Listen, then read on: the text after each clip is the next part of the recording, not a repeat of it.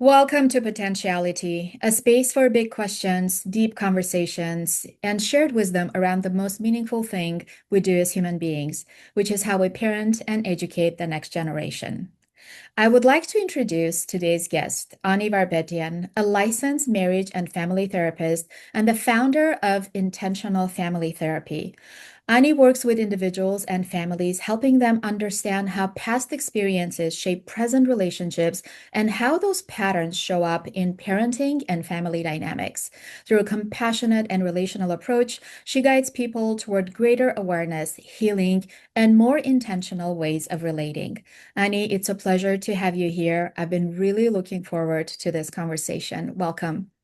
Thank you so much for the lovely introduction. That was it was a nice way to kind of start this conversation. So thank you. Thank you Um, so much, Ani. Yes, go ahead. you invited me to have this conversation. I had signed up for a somatic training and it was such perfect timing. And the reason why I'm sharing that is because I started thinking about the healing process for Mm. moms. And I've been in this process for quite some time.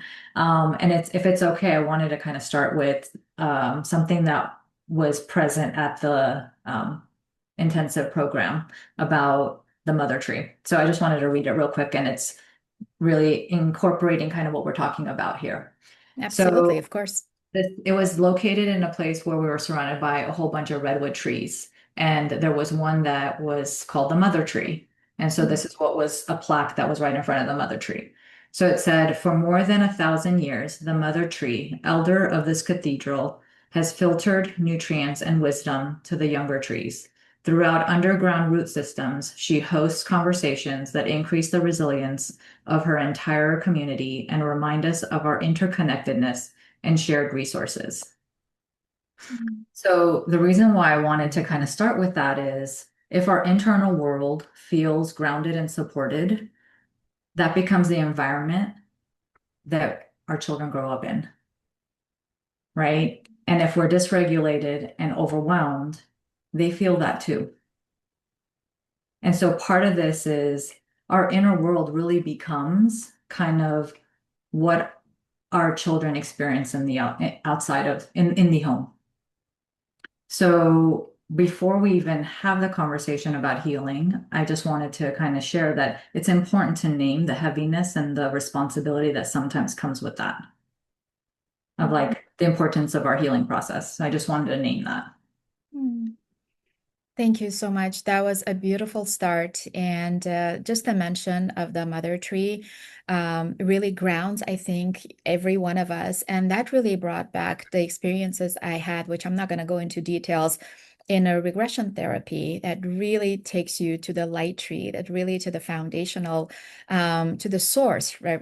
We all come from. And that's really passed down from generation to generation when we understand the anchor that we are for the generations that will follow. Interestingly, I've always thought of myself as a future ancestor, even when I was young. And I don't know where that idea came from, but that was just the knowing that that's who I am.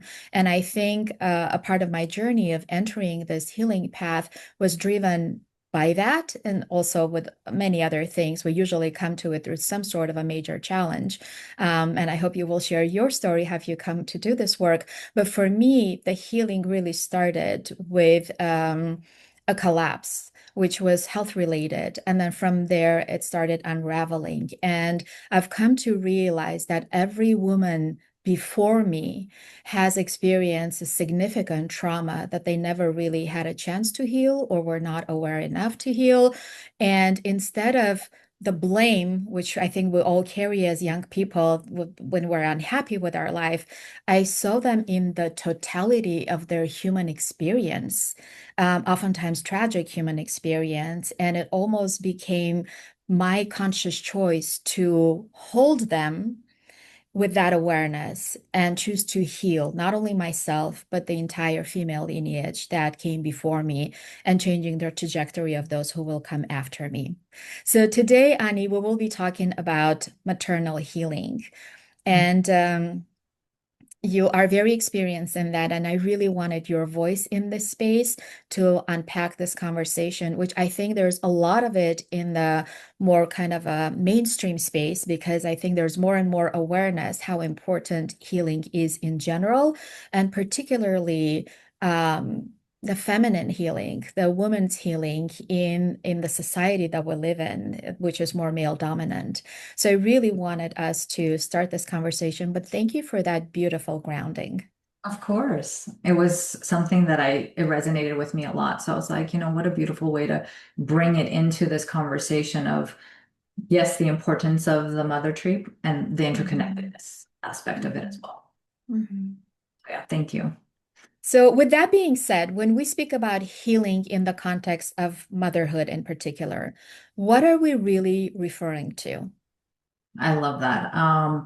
Well, I'm going to answer the question, but I really want to first start with back to kind of in regards to the responsibility and the weight of the question itself Mhm, mhm, of, what does it mean to heal as a mother, right?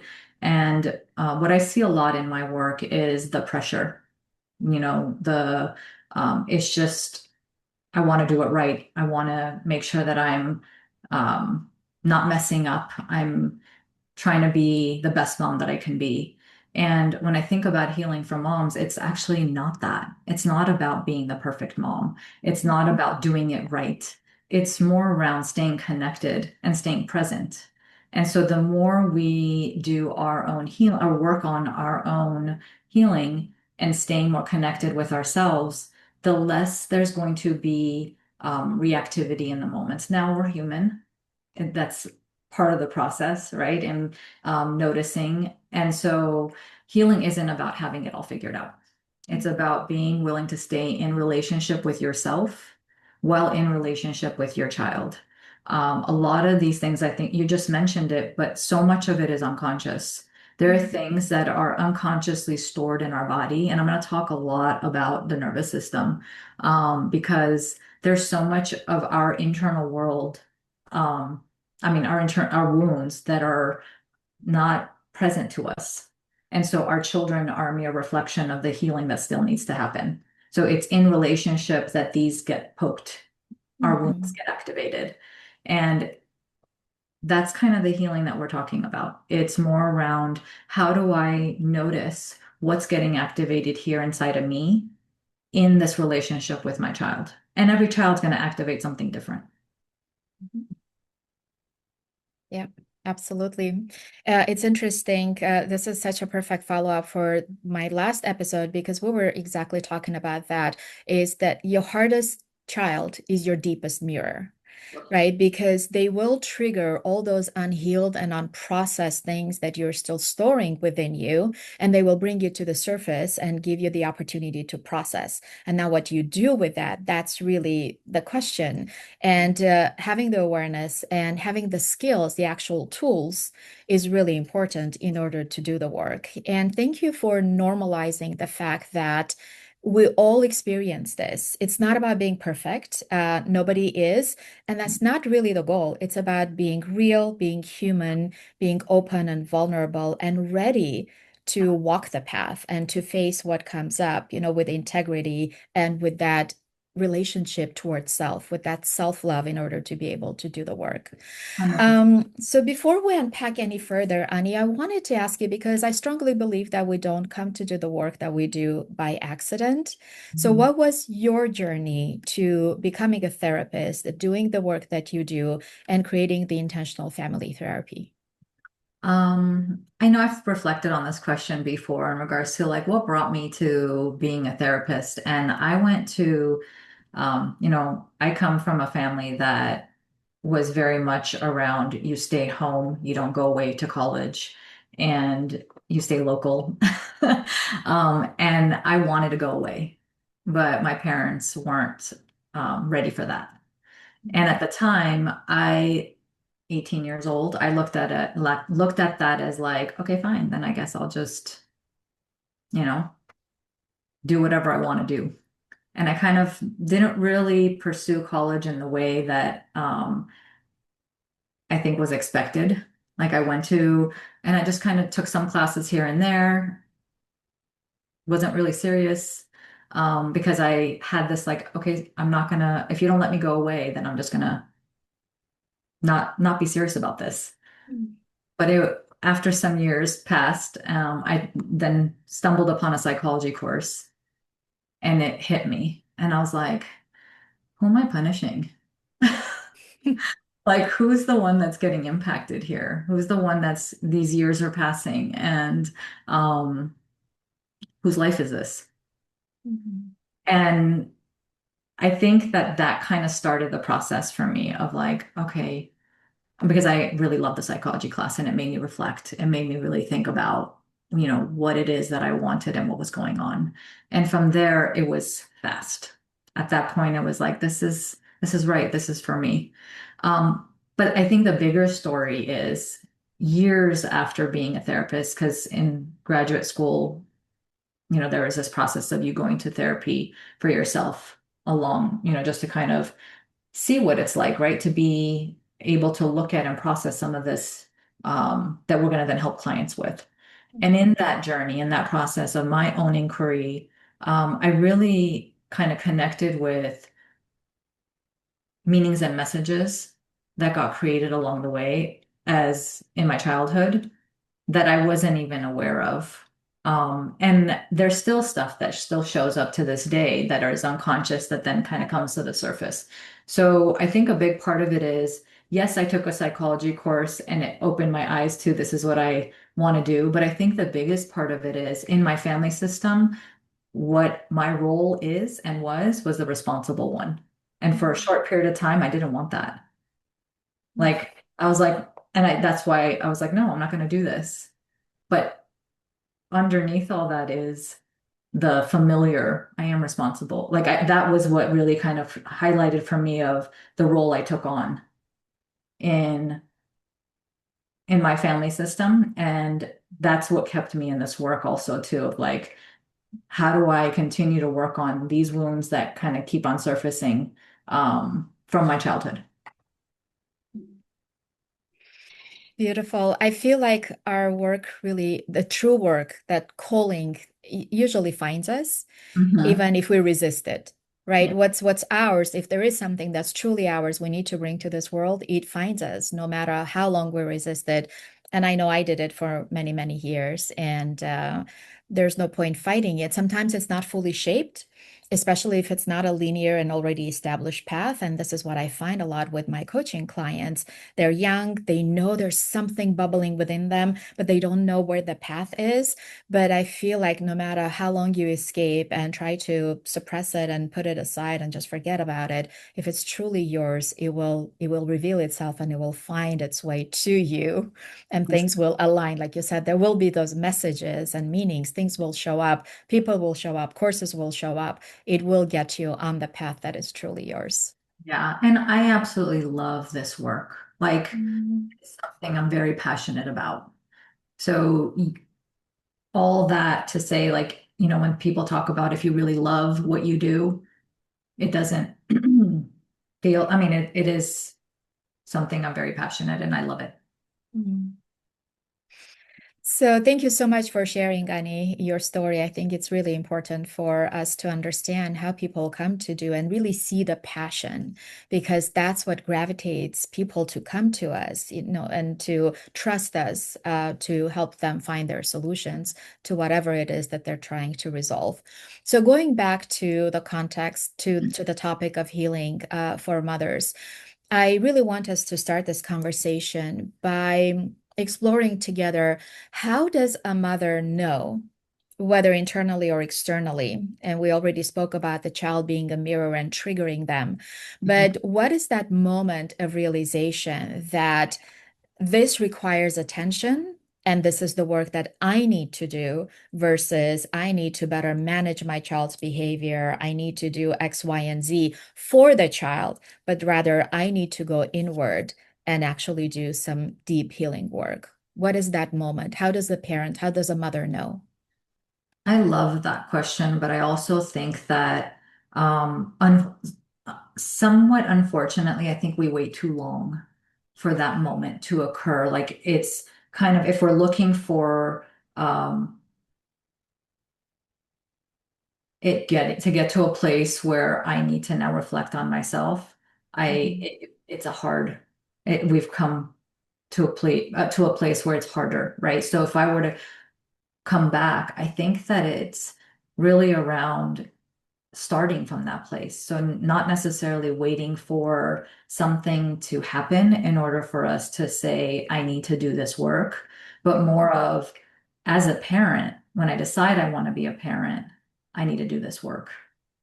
And not just because there's something wrong. So not coming from a place of there's something wrong with you or with me or with anybody, but it's more of we all have stuff that we carry from our childhood. Our parents did the best that they could, just like their parents did the best that they could. And with that said, there's still wounds that we carry. You know, when you talk about ancestral stuff, our ancestors, we're all carrying something. And so it's our responsibility, in my opinion, it's my responsibility to heal that part.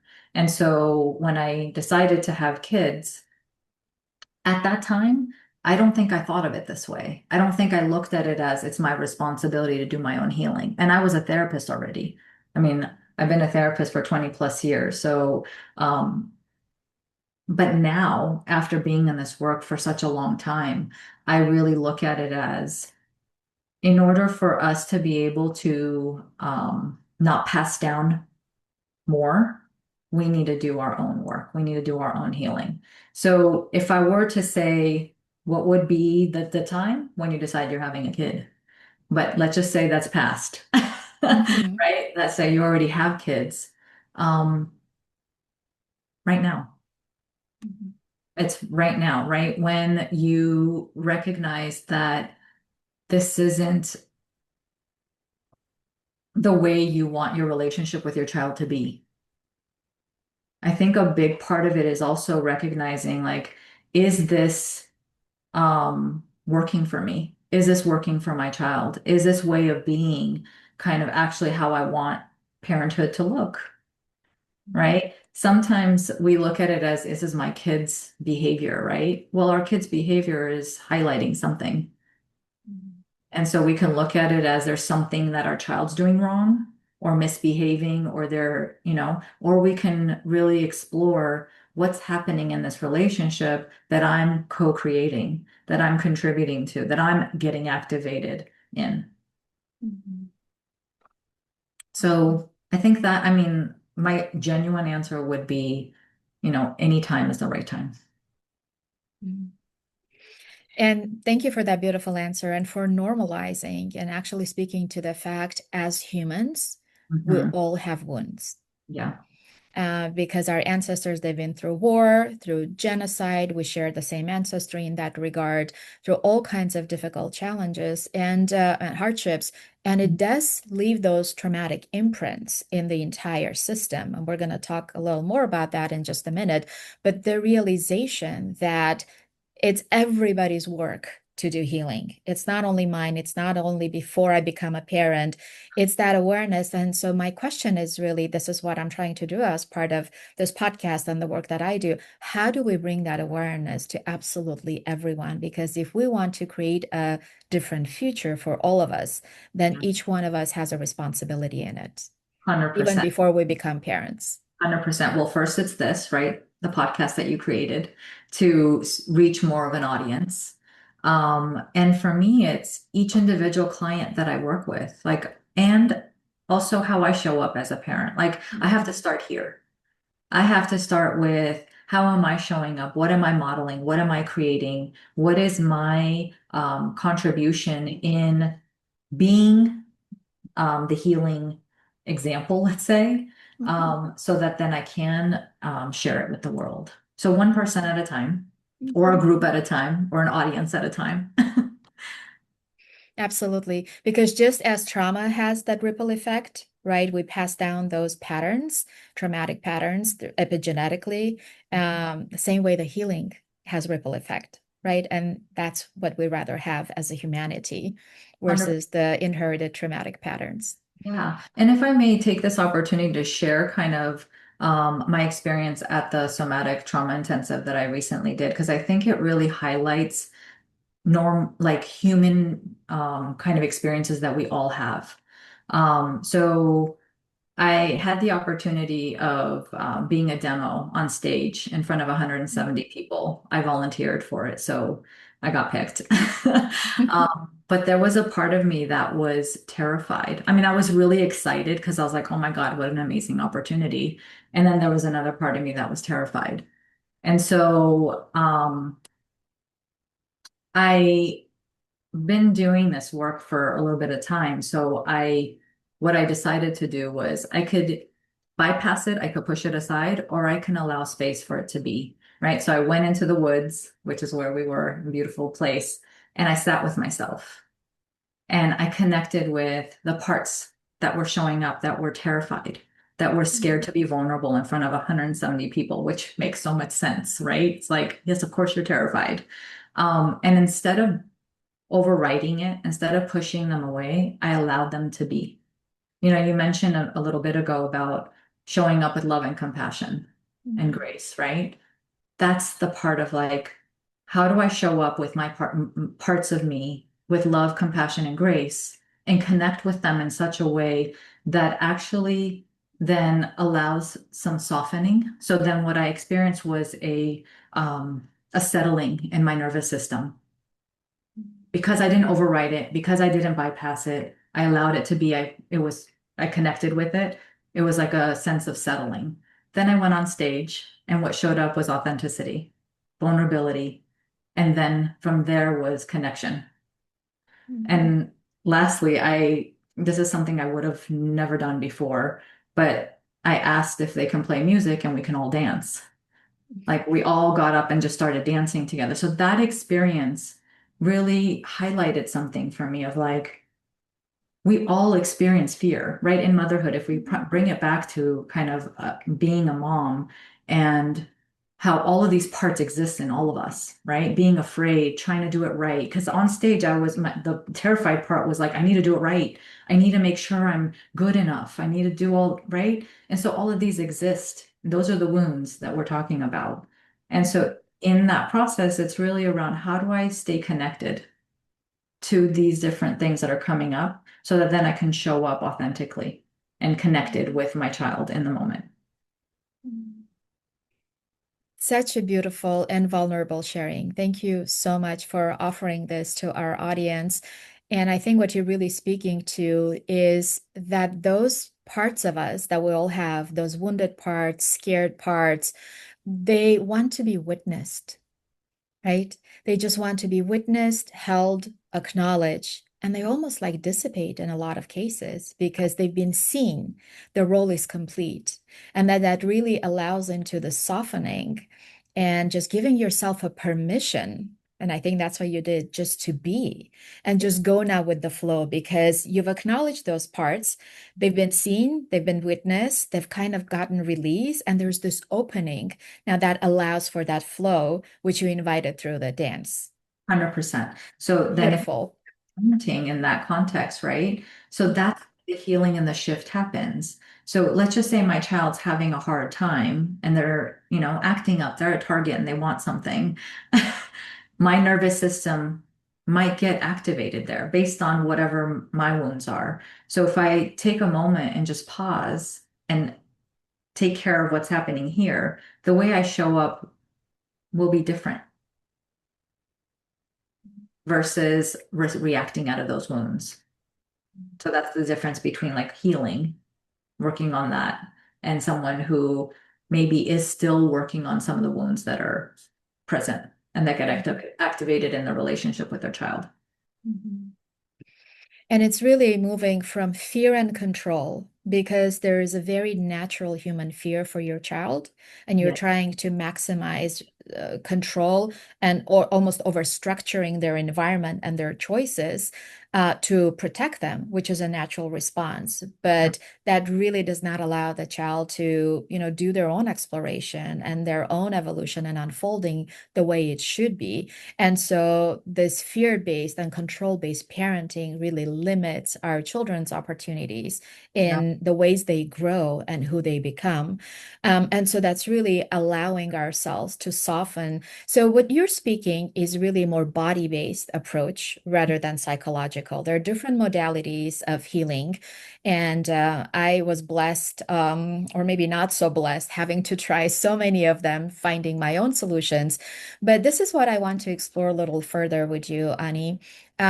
So how does the body store the trauma, right? The nervous system and the body. How does that process happen? And it usually goes unseen. This is my experience, and this is all unconscious or subconscious, rather. So, how does it really show up in the body of a mother? And what is it that they can do in the moment? And maybe we can do a short practice. Maybe you can guide us through something very tangible that our audience can walk away with. for sure. I would love that. So let me first speak to kind of how it happens. So in our childhood, a lot, let's say, someone experienced something traumatic, and I know we use that word trauma. We're kind of using it a lot these days. Mhm. Um, but in our experiences through our childhood, it creates it creates like fragmentation where in that moment the nervous system is kind of impacted, but we're not necessarily consciously aware of it. So then we go into the fight, flight, or freeze response. And I kind of want to actually, I want to take a pause and give an example of an animal for a second, because I think this Mhm. is be helpful. So when a deer is being chased by a lion, right? What it typically does if it escapes it, it actually starts shaking and convulsing. And that's the way that it allows the fear to work through the nervous system and release, and they move on, right? That's a very short kind of example of what happens with an animal. With humans, our brain kind of steps in. So we go through the traumatic experience and our body goes into the fight, flight, or freeze response. And then we don't actually allow that to do a release. So our body isn't, given the space to release that trauma. Um, and so then we get fragmented in those moments. So our brain kind of creates meanings and messages around what that experience was, right? And then we carry on in the world as though that was the truth of what happened, right? So there's a lot of different examples, but it then gets stuck in your body. It gets stuck in your nervous system. So next time, let's say 20 years down the line, you have a scent of something that reminds you of the traumatic experience or even a visual that reminds you, but you don't really know what that is, right? It's not conscious. Your reactivity is from what happened then, not from what's actually happening in the moment. Yes, it's getting activated in the moment, but because it's stored in your nervous system, it's coming from what was kind of initially um, traumatic from childhood, from early on. Mhm. So to kind of come back to like, how do we work with that? Right. I used to for a long time do a lot of my main focus was CBT or different types of modalities, but a lot of talk therapy. And in the last 6 years, I've been doing a lot of somatic work. So somatic experiencing and also internal family systems. So that's kind of really looking at the different parts and how they show up and in what way are they helpful and in what way have they been helpful, but actually standing in the way of what we would like for our life to look like? So I'll give an example of like how it shows up in the nervous system with a mom, right? So let's say your 5-year-old, developmentally, this is actually perfect. So they're trying to pour milk into their cereal, right? And then they spill it all over the place. They spill the milk all over the place. So there, if the mom is reactive in that moment and gets really upset because the child spilled milk all over the place and starts saying things to the child, that's because there's something unconsciously there, a wound for the mom that she's not aware of. So this isn't to blame the mom, by the way. It's more of just to highlight how if there's unresolved wounds and that we haven't even been present to or aware of, we're going to it's going to show up in our relationship with our kid when our kid does something. So her nervous system is where like it's coming from that place of dysregulation, and then she's going to react from there. So if we're working on that moment, it's about the mom noticing that, right? Like, oh, I just noticed that something got activated in my body, like, and just taking a pause and naming it, right? This isn't the exercise, but I think that that's part of what we're going to do is Mhm. noticing what's happening in our body. It's not an easy thing to do. It takes time because it's so reactive. Like our reactivity is pretty fast because it's coming from a place of unconscious um, wounds, right? It's like we react right away. So we need to kind of look at and go, how do I little by little notice what my body signals are, right? So when your child spills the milk, what just happened in your body? So in the beginning, we'll do it after the fact, right? We'll go, okay, let's track back and go, what happened in your body when you noticed that? What did you notice, show up for you? And then we can go into the thoughts like, oh, what were some of the things that you noticed that you were saying to yourself about that experience? And then we'll kind of move backwards. Mhm. So then we can bring it to each moment of, can I take opportunities to pause? So initially there's going to be stumbling, right? Because it's not familiar. So there's going to be a lot of like reactivity and then, oh, hold on, I just noticed it. Mhm. Mhm. So that's kind of the practice that I work with in regards to helping clients really tune in and notice what's happening in their body in moments of activation, in moments like a conflict with their spouse or their child's sharing something, maybe that they're having arguments with their friend. What's happening in your body? Right? Are you going into, I need to protect my child. I need to make sure I tell them the right things to do. Right? That's coming from our own nervous Mhm. system.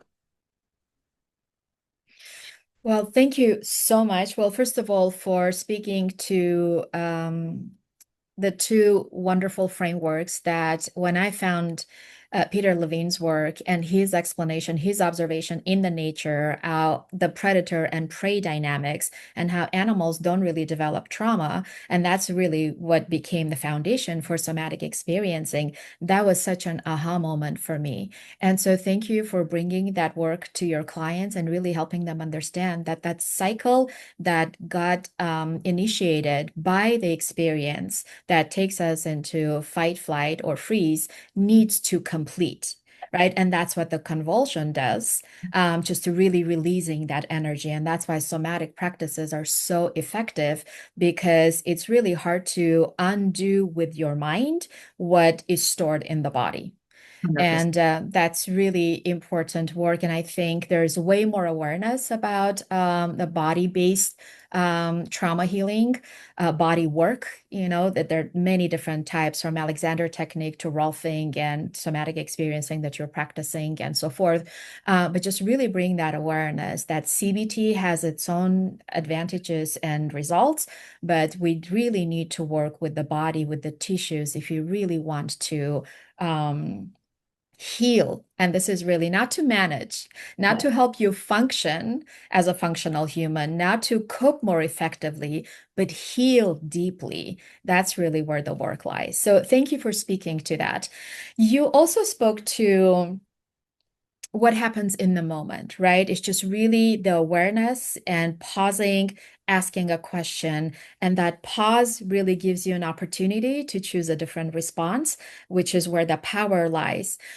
And that really helps us build our capacity with that type of practice. And those are all those practices in the moment. I was wondering, Ani, if there's any other type of practice outside of those heated moments of impulsivity, of reactivity, that anybody could practice, and mothers in particular, to build their capacity, to expand their capacity anyway, Mhm. to really to eliminate those moments. Ultimately, that's what we want, not to have those moments. So those are the practices in the moment. Are there practices outside of those moments to build our capacity so we face those moments less and less and less?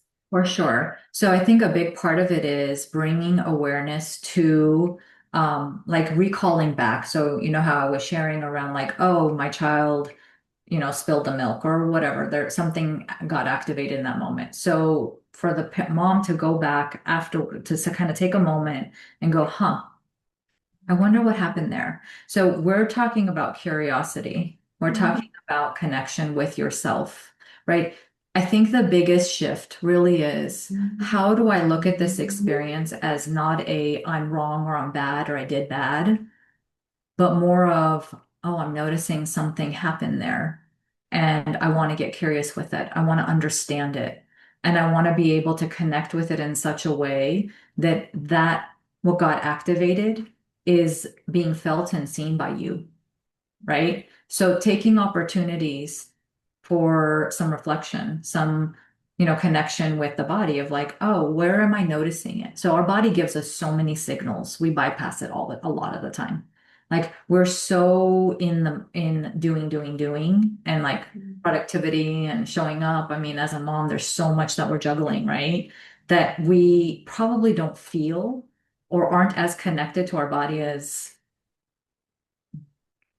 we would that's necessary. Mhm. Mhm. So I would say slowing down. So taking moments where we can slow down and get curious, connect, and show up with love and compassion for yourself. Because the more you're able to show up for yourself with love and compassion, the more you're going to be able to show up for your kid in their feelings, right? If I'm able to be with my big feelings in a way that's loving and understanding and compassionate, I'm going to be able to show up more when my child's that way with their feelings. So the more we show up for ourselves, the more we can then show up for our kids. I actually want to speak to that real quick in regards to, you know, what we've been conditioned to believe around self-sacrifice. I think that there's a part that kind of has bought into, well, if I sacrifice myself and my wants and needs for my child, then they're going to have the better world. Like they're going to have, the thing that, I didn't have growing up. So it's coming from a place of, you know, love, Mhm. but it creates a burden that gets placed on our child unconsciously.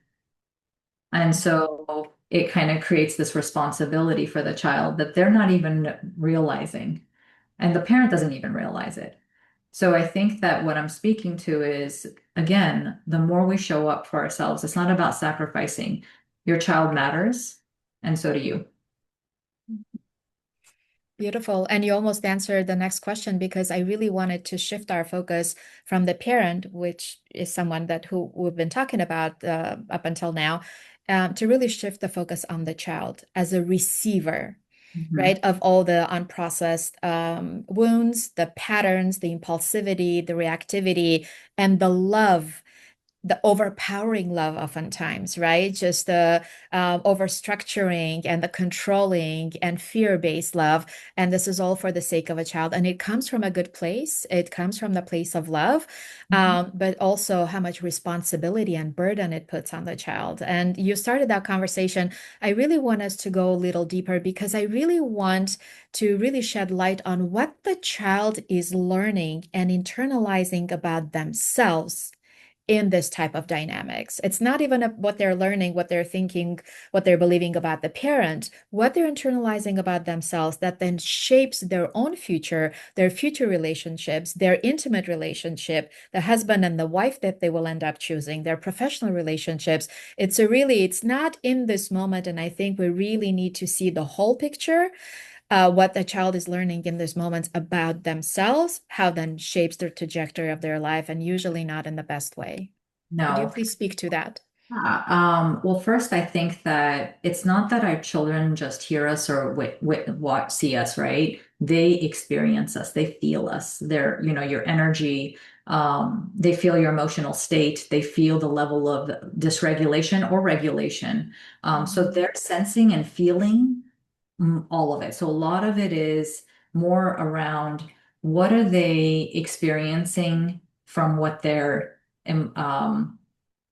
what are they picking up, right? That's kind of what we're talking about. And then what meanings and messages then get attached to that. Mhm. So a lot of what I see is over responsibility. Like a child then ends up taking responsibility for things that aren't theirs.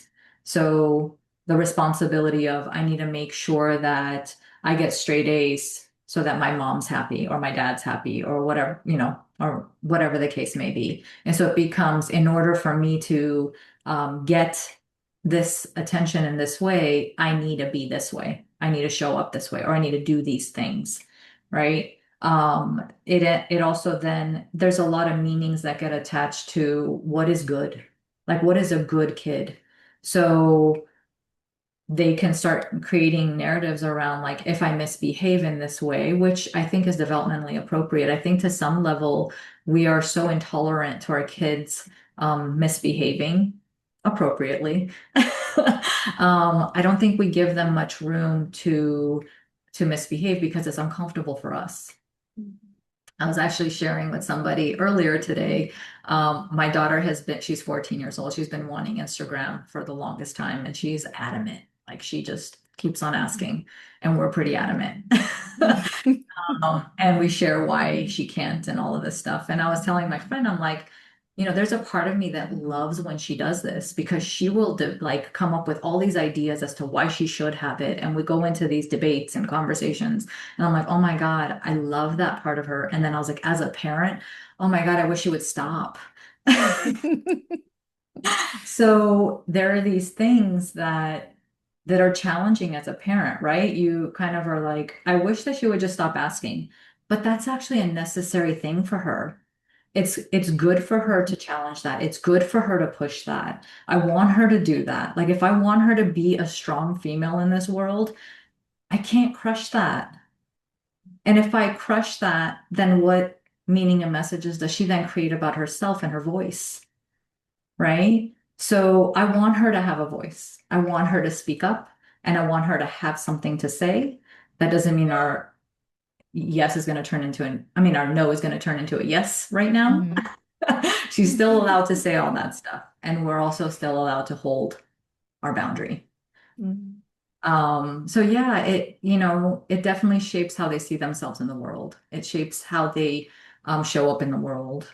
I want my child to be a loving, kind human that has a Mhm. voice, that has agency, that is able to speak and be heard. And Mhm. in order for that to happen, that needs to be what I give her and him. I have a son too. What I need to give them both in our home.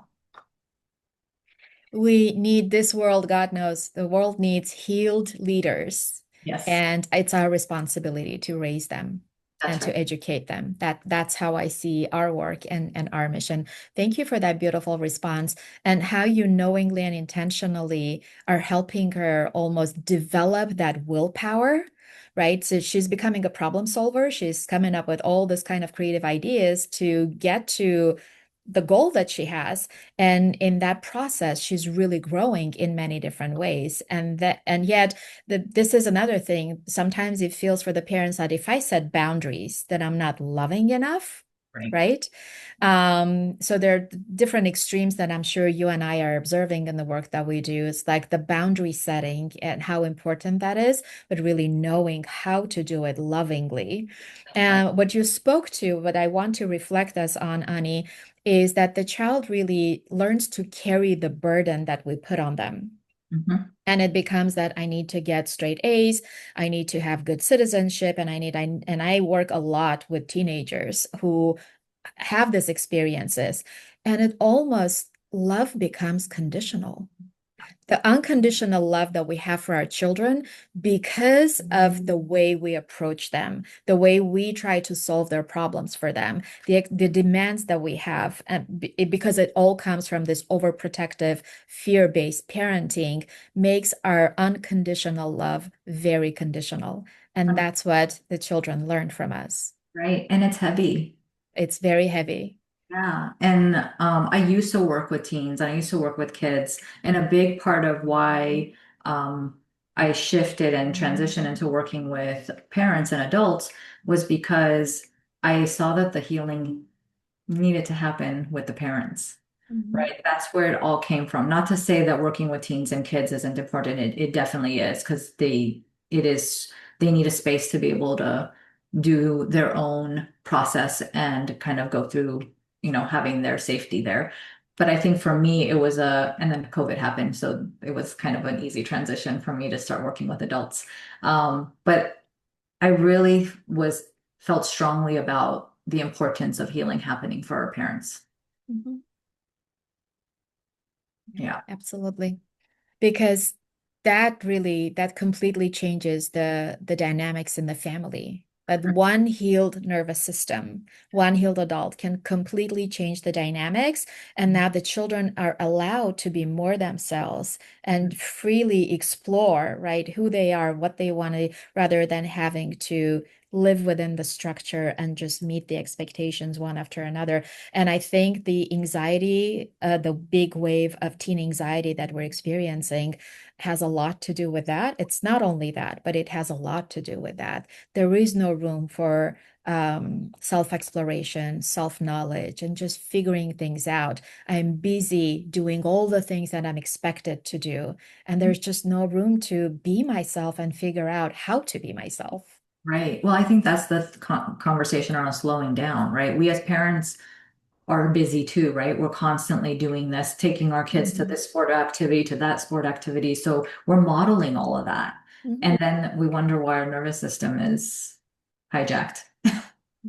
So this isn't about Absolutely. blaming anybody. It's Mhm. really around bringing awareness to it, as you shared, right? It's really a noticing, wow, what's happening in my body that I am bypassing constantly in order to just show up the next day. Mhm. Thank you so much, Annie. I really want to also mention because some people, we speak a lot about connecting with your body, feeling what's happening in your body. But I also know when somebody is very disassociated, it's hard, it's scary to feel the body. There's so much suppressed pain that it's almost impossible to do by themselves. And I really want you as an expert, as a therapist, to make the call if this is their experience that they need to seek qualified help. For sure. And I want to speak to that because I think it's so important because there are clients that I work with that aren't comfortable going to their body. Mhm, mhm, And I respect that. It's not something that I push my clients into at all. This is really around creating container and safety of helping each client access and get connected to whatever part for them so that they are co-collaborators and contributors to the process to the work, right? So we don't go to the body first. I actually don't mhm, go to the body first at all. I especially if someone's just starting out with therapy, I would really building the trust, building the safety, and even allowing some connection to does this feel safe? Like how connected are you with your body in general? mhm, So there's a lot of prep and gentle mhm, process. mhm. Annie, this podcast is called Potentiality because one of my goals is to really explore the large scale impact of the topic that we're discussing and the awareness that we're trying to bring and the solutions that we're trying to offer. So I want to ask you this traditional question in this podcast. If all mothers, whether they're already parenting or they would like to become a mother someday, are conscious enough and are aware to start their healing journey, right? That moment that struck them, they just start the journey. What becomes potential for the collective humanity in the future? What can we collectively create if we have this level of awareness and the desire, actually, commitment to this very difficult, we need to acknowledge that, very difficult and deep work? A lot becomes possible. I mean, so that and to bring back the mother tree, right? You're talking about the interconnectedness of all of us. So Mhm, if one person does the healing work, it's a ripple effect. It's a ripple effect in your family, and then it becomes a ripple effect in your community. Now, it doesn't mean we're here to change, like we can't change anybody, but we can contribute to that change happening with our, as starting with us. So I think that shifting the conversation around it being looked at as a lot of work, which it is, it takes work. So I really do want to acknowledge that. But what then is possible in that work, right? It's about living with more joy, living with more freedom, living with more connection, living with more authenticity, living with presence, Mhm. right? All of that gets robbed in trauma. All of that gets taken in our nervous system being dysregulated. So when each person is open and willing to step into this healing journey, yes, it takes work, but the benefit outweighs any impact that they're currently living with. Mhm. Beautiful. So, if a mother is listening to us right now and she is aware already that she needs to do some work, but it feels overwhelming because I know I was there. I could see this big mountain in front of me and I had no idea how to approach it. Yeah. What would be your invitation to them where they can begin? Something very practical that they can do. Yeah. I think that building community, like, finding even one yoga class or one Mhm. friend that you can go for a walk with, right? I think that sometimes we are living in a world where we feel disconnected, even though we're supposed to be really connected with social media or with all these different ways of connecting, right? But there's research that's done that has shown how disconnected we are in a world that's supposed to be so connected. Mhm. So the way where I would say to start one small little thing is um, community. Like, what is your community? Like, really look at what's that one person that Mhm. you could say, hey, do you want to go for some tea, coffee? You want to go for a walk? Let's connect, right? So if we can start there, or the next thing is, what's one way I can give to myself? Right? What's one way that I could show up here? Right? Small, let's start small, whatever that may look like for each individual. It might be that coffee with that friend.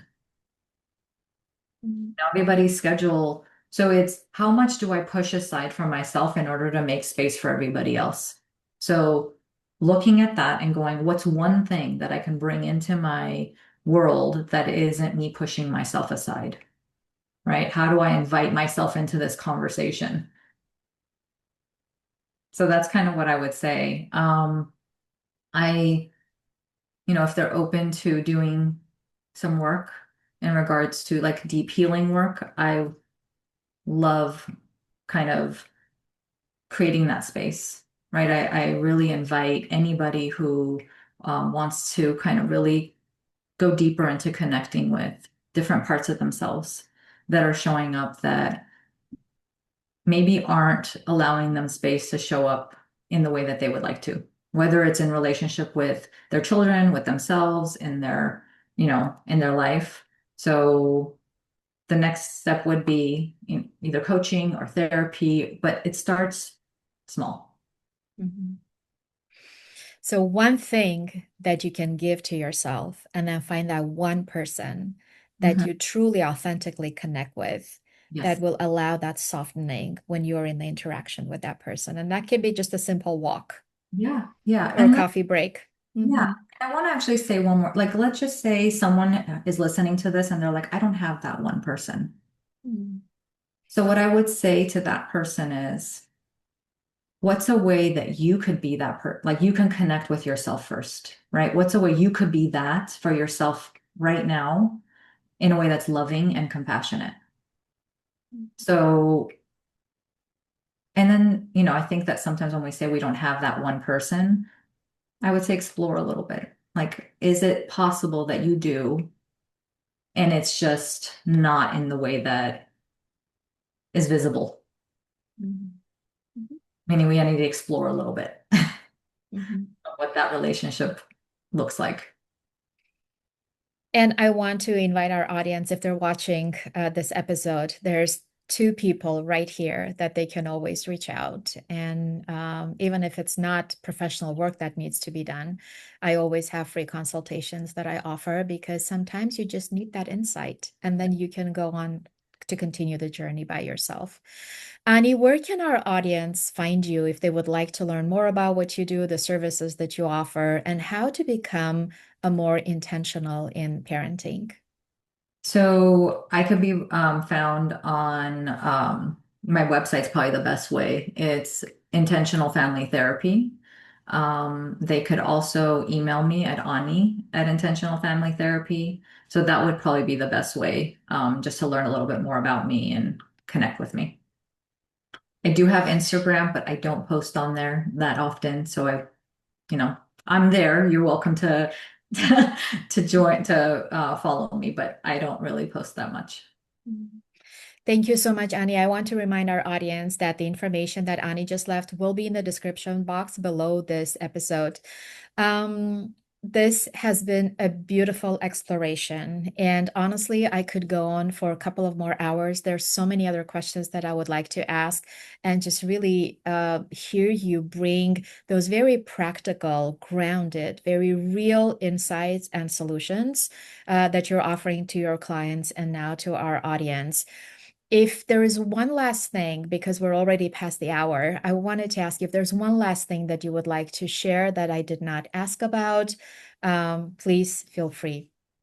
I mean, I think that we covered a lot, and I think I would just reinforce there's nothing wrong in any one of us. We all have these things that show up. And so showing up with love and compassion. So I think the biggest thing is one thing to be able to kind of shift is how do I speak to myself kindly and lovingly? It So truly starts with ourselves. yes, yes. And Mhm. thank you so much for this beautiful conversation. I am, I think motherhood is so important. And as we kind of shared, and it's something that I'm very intentional about, which is part of the reason why I named my therapy practice Intentional Family Therapy. Mhm. And we want all mothers to be very intentional even before they become mothers. But knowing what I know now, I always go back and I feel like I wish I had known all of this before I had my first son. Right. They would have had a very different childhood and they're very successful. They're happy with who they are. But there's always this, and again, there's no blame because there's a lot of shame associated when you come to realize what is it that you could have done, but you didn't do, but you couldn't do if you did not know Exactly. about that. You had no awareness. You didn't even know what to look for, what questions to ask. We each do our best, and so I really want everybody listening not to feel any shame or any not good enough parents. It's the last thing that we want to project. It's just normalize that this is a journey that we all ideally want to embark on if we want to see a better collective future, because it starts with us. 100%. Thank Thank you. you so much, Annie, for your time, for your wisdom, and for the work that you do in the world. It has been a true honor and pleasure sharing this exploration with you today. Thank you very much. Thank you so much. Thank you for being with us today. I am grateful for each one of you tuning into today's episode, and I sincerely hope you found it insightful and valuable. Please remember to subscribe to the channel if you haven't yet to never miss an episode. I will see you next time.